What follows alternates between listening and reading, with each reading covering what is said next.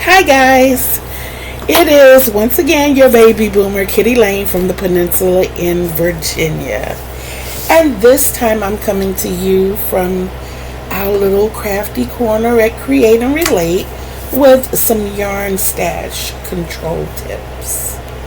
Okay, I'm going to give you some content creators in the description box to check out. They may explain it a little better than I do, but these are some that I have come across and noticed things that they have done, just kind of putting everything together. So all of us have a yarn stash. All of us tend to let that yarn stash get out of control. So in order for that not to happen, I, along with watching some of the other content creators, have come up with something that may help. Okay? If you're new at this, even if you're seasoned at this, take time, sit back, and number one, devise a plan. Okay? Now, what I mean by that is realistically assess your space. If you have a room and that's all you have, look at the space that you have in that room and work with that space. Don't overdo it. Don't crowd yourself. Don't present a problem for yourself. You want to keep it safe. Safety at all costs. Okay? Now, in assessing this space, you want to make sure you leave room to work. You want to have an area in which to work. If your stash room and your work area are in separate spaces, you're good. Just create it for your stash. But if they happen to be in the same area, and that happens to be where you are most of your life, like your bedroom, then you have to allow for those spaces. If you're like us, content creators, in that workspace, you're going to need room for your camera, your lighting, your computer, your phone. You're going to have to allow for that space. Okay? And like I said, safety at all costs. Safety at all costs. The second thing you want to do is determine what's your niche. If you knit, do you basically do sweaters or blankets or tapestry, or what do you do? Do you do socks? What do you do? This will determine the type of yarn that you get the most of. If you make socks, mittens, and cute little headbands and those types of things, then you can go with the sock weight yarn, and most of your space would be filled with that because that's what you do. Me, for instance, I'm a blanket girl. Okay, and I love my acrylic made blankets. The softer the acrylic, the better, but I do love my acrylic made blankets. And I know that I need, because I like colors, I need variety, but because I need blankets, I need large portions at one time. I don't want to keep changing from little bitty balls like you get at Dollar General. I don't want to have to use 100 balls to make a blanket. I'd rather get the big Value Pound Plus big twist and use 2, maybe 3 of those. Makes sense, right? So remember or figure out what your niche is and what you're going to be using your yarn for. Okay? The next thing you want to do is draw a plan. Literally, draw a plan. Now, there are 2 ways you can do this. This is the way I typically do it.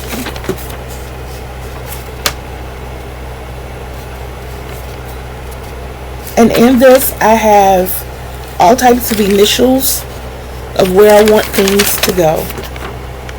Like here, this is my specialty yarn rack. But this is what I have.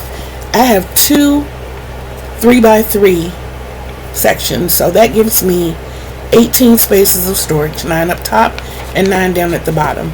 And then I have 2 more cases, bookcases if that's what you want to call them, that have 8 storage squares each.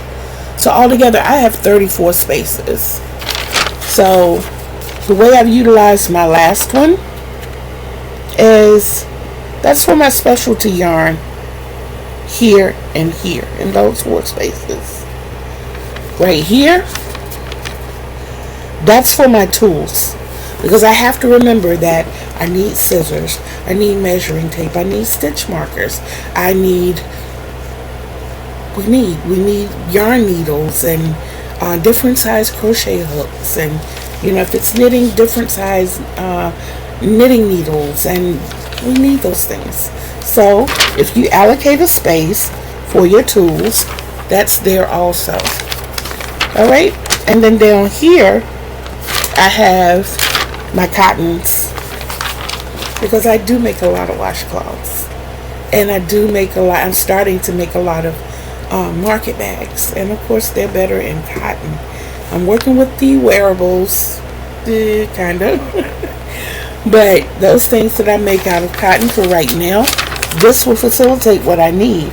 I can use one for my cones, which of course has more on it than those little balls, and I generally get my balls from Walmart because they're cheaper and they're durable and they're pretty good, the peaches and cream.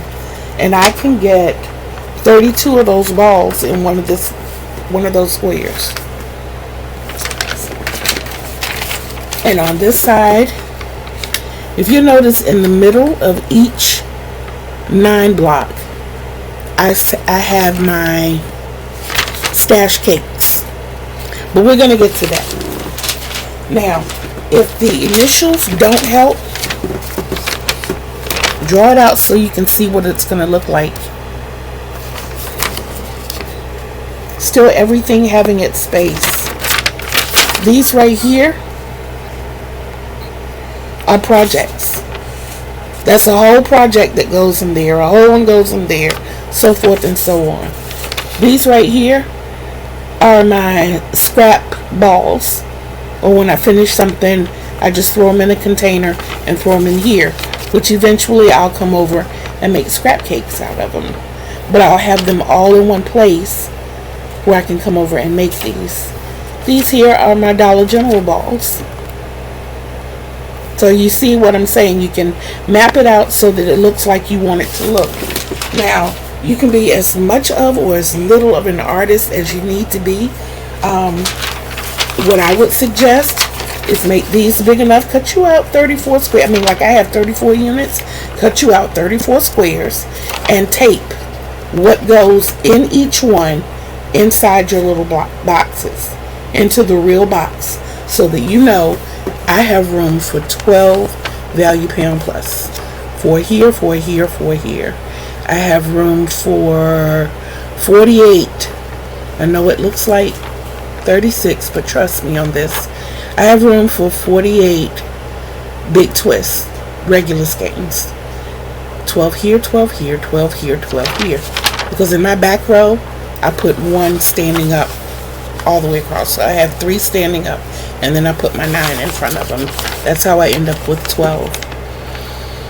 And so forth and so on. That's what you do, so you know what you have going into it and how much goes into each one. Okay, so I think that covers devise a plan. Now, create a budget.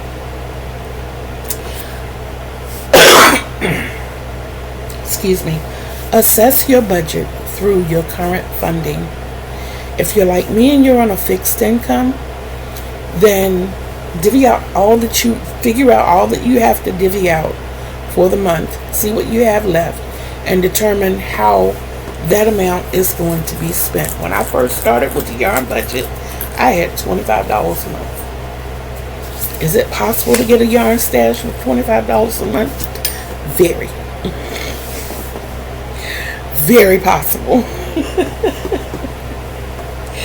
So the next thing you want to do, please, after you determine what your budget is going to be, stick to your budget.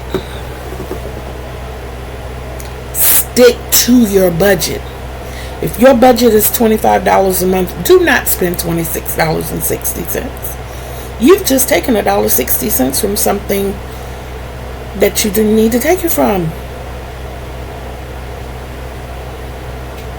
Now, in the instance of you needing more than your budget, then that generally means that you have a commission or someone has ordered something from you. That's so easy to cover. My rule, if it is $100 or more that you order from me, then I need a 25% non-refundable down payment. The reason for that is because the materials have to be paid for, and so does my time. Whether I went to get the materials myself, or whether I took the time to pick these materials out online and had them mailed to me. And there's also the delivery charge if you had to order it online. Those things have to be covered. So when you make this assessment and you tell them, hey, this piece is going to cost you $150, then you need that $37.50 up front. Okay? And they need to understand that this is your commitment to having this project done. You give them a time that they want it, that you anticipate that it will be done, and you all work together with that time. Okay? So, brings us up to the third part of creating a budget. Sign up for rewards. Sign up to get emails. Sign up to get text messages. I hate these. I despise a lot of stuff coming through my phone. But if it's an extra 10% off, if it's an extra 5% off, an extra 20% off, it sounds good to me. You feel me? If you tell me that my $25 can become $27.50, I'm happy. That's another, hey, what, the big twist of $2.49 there? That's another skein of yarn. You see what I'm saying? So, sign up for those. And lots of times they have reward programs. If you spend X amount of dollars, you gain points. Those points will go towards free merchandise. And it doesn't even always have to be yarn. You can see something, you may need glue, and it'll cover your glue. You may be using popsicle sticks for something, and it'll cover your popsicle sticks. You see what I'm saying? So look for those type of reward programs. Okay, your reward points may cover your shipping costs. I'm just saying, keep it all in mind. So from there, when people ask you what you want for your birthday, what you want for Christmas, what you want for Mother's Day, Father's Day, Valentine's Day, tell them gift cards. And don't specify a store.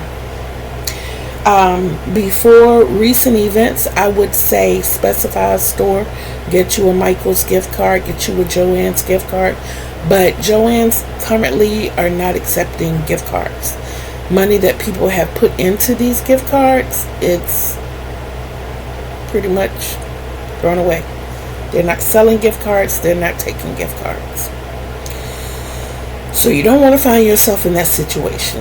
But if you have a Visa gift card and you develop the discipline to only use that gift card for your yarn stash, you're good. Okay, now we're going to come to filling our spaces.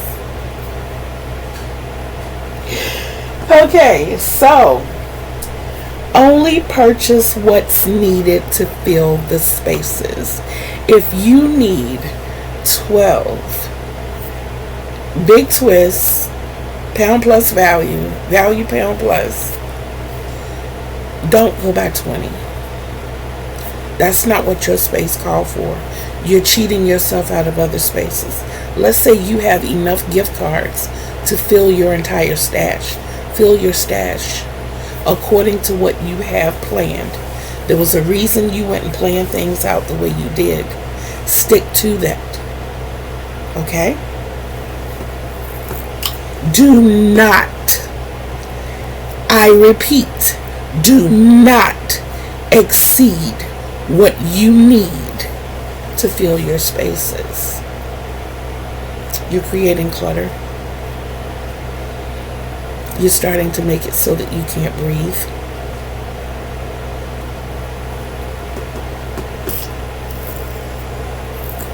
Let's say that with all of your gift cards and gifts and things you've been given, you have, let's say you only have 6 of your value plus pounds, only 12 of your big twists, and enough to make 2 of the stash cakes. Then if you only have 6 of these, put 2 in each space. You don't want, if you don't have to leave empty spaces, don't leave empty spaces. But don't spread these down into other groups. Leave your value plus, your value pound plus in the value pound plus sections, but spread it out if you need to. If you have 12, you can fill it up. If you have 6, then you can put 2 in each one. And that way you have something in each one. Same thing with your regular yarn. Say you only have 12 of these, but you have space for 48. Then put 3 in each one. 3 in each one of your big twist spaces. Now if you only have 2 of your stash cakes, you see you have a space with stash cakes here and a space here. Put 1 here and 1 here. If you only have 3 of the mandala cakes, 1, 2, 3 instead of 3 and 1. So put something in each one of those spaces that the space is allocated for. Something in that space beats an empty space if you have what is required for that space. Okay?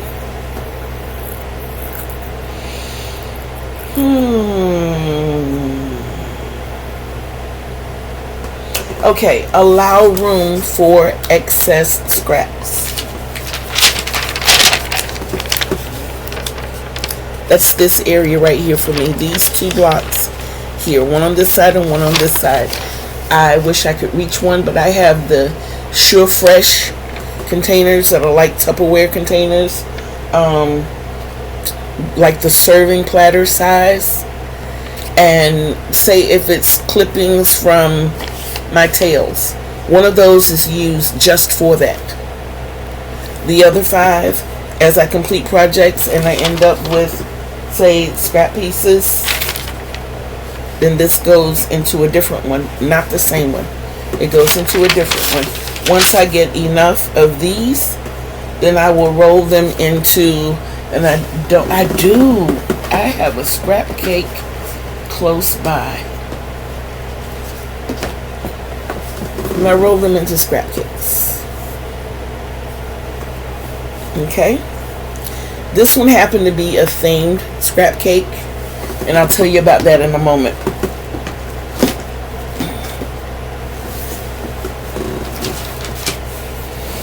Okay. How to use your scraps. We talked about the scrap bins. Okay, once you get enough in your scrap bins, or let's say you're like super busy, you've got 3 blankets to make this month and you really don't have time to go back and stop and make cakes, then you've got 5 boxes that you can use to keep your scraps in, and 1 that you use to keep your tails in. So all of that has place for it. So it's fine for right now. We don't need to address it right now. But when we do get a chance to assess it, then we can make those cakes. We use our yarn winder, and we make cakes out of it, and we put those cakes in the allocated spots. Now Juan does all scrap cakes. It's absolutely beautiful the way he makes them. I wish mine were that pretty. I'm trying. But Juan from Juan the Yarn Addict makes beautiful cakes. Crystal used to make themed cakes. She would get an inspiration from something, pick the colors from it, and she would make cakes according to that, which is what this is. I ordered an excessive amount of rainbow from Temu, and I used as much of it as I wanted to use for the project that I thought I got it for, and I ended up with a lot left. And these were the little bitty balls that you get from Temu, of course, which sometimes are smaller than the ones you get from Dollar General. And my daughter liked those colors together so much she wanted something made out of the black and the rainbow together. It just screamed to her. So I made the cake so that these colors would come in arbitrarily and not in any type of pattern. She's loving it right now. It's not my taste, but it's not for me. Okay, as I also stated to you before, you can also use your clippings from your ends or the little stray pieces that are left that are not quite a yard. You can use all of those to stuff your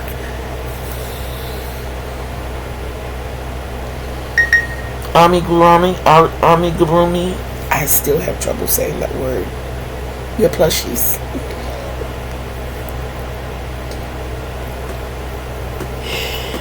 Okay, and also an option. There are people who accept scraps, small balls, your clippings within our community. Find out who they are. Donate them. Donate them. You don't have to worry about them accumulating. You don't have to worry about them being, to some people it's an eyesore, so you don't have to worry about them being an eyesore to you. Donate them. Makes them happy, makes you happy. Okay, refresh stock. We refresh stock, of course, as things run out. Using our budget, we can replenish what we need with our coupons and all that good stuff. We can also pick a time of year or month or weekly if you have a small stash that we can go through, because sometimes when we pick things, we might have things color coordinated, and then picking out yarns and starting on different projects or setting up projects, we leave little gaps or things, and maybe we want to go back and refresh that. So if you pick a time to do that, maybe once every 3 months. I think Jane from Scraptastic Yarn does that. She has totes, and she will just pick times to go through those totes, and yarns that she's not using so much go in a certain area, those that she needs, those that have called her attention here lately. Everything has its place, but she goes through it so that she knows where everything is and how long it's been there and how to keep things cycled out. So that is another idea. And then for the extra, guilty.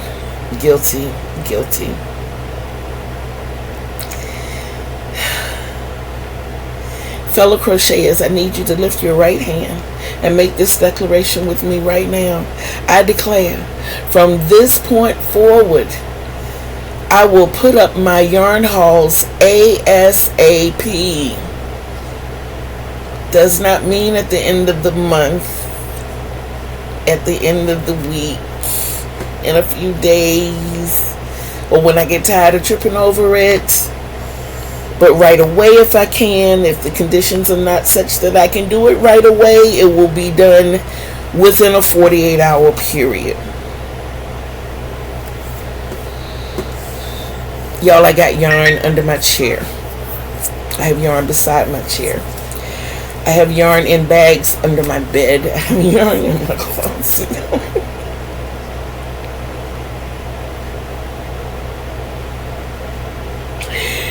And another reason all of this works out, 5 years ago we moved into this apartment, and we downsized from a 3-bedroom house to a 2-bedroom apartment. So in this, we had to pack my yarn up to bring it here. Well, I had yarn here, there, and everywhere, and we had to, please excuse me for one moment. Okay guys, I'm back, and I forgot what I was saying. Okay, as far as packing up, it came back. Woo, thank you. So we had to go here, there, and everywhere to get totes. Put them right there, baby. You're such a good helper. Thank you so much. You're welcome. You're good. Thank you. You're welcome. Y'all, my baby turned 7 on Friday. He was 7 years old on Friday. And he's getting so tall. And my baby girl will be 10 in August. So, like I said, excuse me, but in moving, and I know that, you know, none of us are planning. My move wasn't planned, but if something happens that you should have to make a quick move, if everything is organized, it's so much easier to go through. I used to think that the tote system was best, and the tote system is okay if that's all you have to work with. But then I found that usually I dealt with no more than 4 totes. Usually what I needed was in the bottom tote. So I had to move the other 3 to get to the bottom one. And that's when I started coming up with this method. But I do have totes in my storage area so that if we have to make a move, those items can go into the totes effectively. And the totes can be marked yarn. And when we move to wherever, it's just a matter of setting the shelves back up, putting them back in. These tips were just to make yarn life a little easier for all of us. It's not telling you what to do. I mean, it's your yarn stash. You do what you want to do. But I'm just saying, you know, hopefully it's something that will help each of us. One day when I grow up to be a big girl, I'm going to have me a yarn stash like Juan. I am. He's got yarn. He's got yarn. And I love it. I absolutely love it. But at any rate, everyone that I made mention to, Aaliyah from Cozy Crochet Company, Juan the Yarn Addict, Crystal from Bag A Day Crochet, and Jane from Scraptastic Yarns, they will be listed below in the description box. So you can go check out their channel, see what they have to offer as far as tips, and we can go from there, and we can go back to crocheting as happy as we want to, knitting as happy as we want to, latch hook, whatever. And this, the tips that I gave out also work for like the diamond art. It works for puzzles because I'm a puzzler as well, but I have a different area. I don't work in my room with my puzzles. They are out in the living room on the big dining table, and that table has side slots, so my puzzles are stored on the side and we work on the surface with the puzzles. But the system itself will work for any kind of arts and crafts that you're doing, beading, something else I want to learn how to do, which is making the stitch markers. So it works for all of that. You have to devise a plan. You devise a plan and you stick to your plan. Create a budget, stick to your budget. Make sure nothing goes in the areas that are not supposed to go in those areas, because it's too easy to see something out of place and get sidetracked. Stay on track, stay on point, keep everything as it should be. Love yourself, because you can't love others the way they deserve to be loved unless you love yourself the way you deserve to be loved, and you deserve the greatest love of all. Know that I love you, and until we see each other again on these YouTube streets, peace.